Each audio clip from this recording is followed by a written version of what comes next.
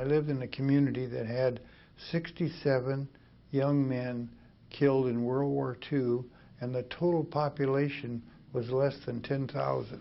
And all these young men, they came from my schools. So I thought I could go out there and I could make a little difference. Eager to serve his country, Robert Eugene Bush left high school at the age of 17 to join the Navy. Trained as a medical corpsman, the young hospital apprentice soon found himself engaged with the Japanese on the island of Okinawa, where a bloody inland struggle would put his courage, his medical skill, and his ability to respond defensively to a fearsome test. We had been warned about the problem of Okinawa. The night before, we were told that the entire 1st Division was expendable. That means that we're going to lose everybody. And that really didn't make for a happy camper, but it did bring us to attention that we had a job to do. Of all the invasion of Okinawa, there wasn't a shot fired on the beach, only by us. The Japanese had elected to let us on board and then nail us after we got there. The morning of May 2nd, 1945, it was a typical morning of fighting on Okinawa. Our mission that day was to take a certain hill by 8:30 in the morning. Our platoon leader, Lieutenant James Roach, elected to take a squad of men to the base of the hill, so that left 2/3 of our people up on the ridge. We set up our machine guns up on the hill, and he went down with his 19 men down through the ravine, and all hell broke loose.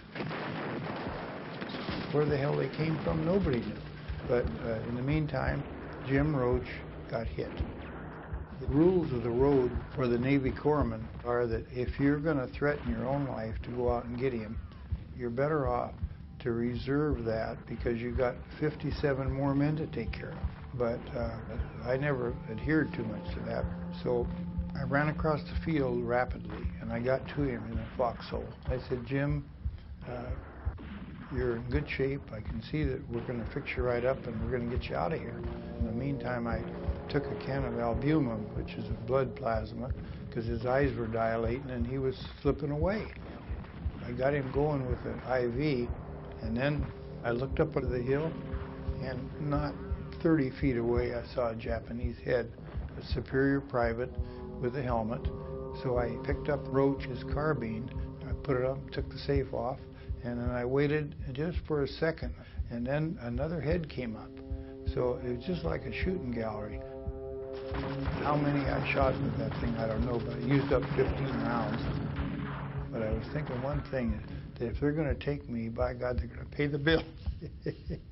So while I'm looking up on the hill at the Japanese, Jim Roach gets up and walks over to one of our guys that was coming down the hill. I said, take Roach and get him back there. And then in the meantime, the Japanese looked down and saw me there, and they threw a hand grenade down.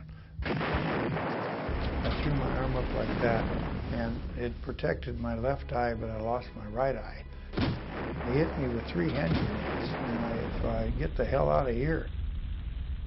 My plan was not to go back because I was trained. You never turn your back on these guys. I mean, they're vicious and ferocious. So I went around the hill, and I looked along around the hill with the eye that I had left, and I could see the Japanese over by a machine gun. And I walked up to the back of them, and I had the element of surprise on my side. And I fired 1 round to every person. And then I looked, and there was nobody there standing but me, so I left. As soon as I got back to the battalion aid station, I said, let's go at it. We got to get me patched up. I got to get home. And, you know, then I was thinking of home.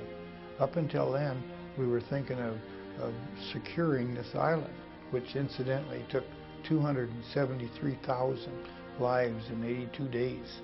That's a hell of a lot of people to die, and more than both atomic bombs. And so it wasn't a picnic. It took 1 year, 6 months, and 22 days from my entire military service. And I was in the service, out of the service, home, married, back in school, and I was still 19. I was rather overwhelmed at the size and the activity in Washington. the President presented us with the Medal of Honor in a beautiful ceremony. There were 14 of us, and the President said to us, "I'm going to raise you one rank." And I said, "Mr. President, I'm out of the service." He says, "You don't get anything." You know, just like Harry Truman. You have to remember that you weren't the greatest soldier or the greatest medic of all time. You were just another one doing your job.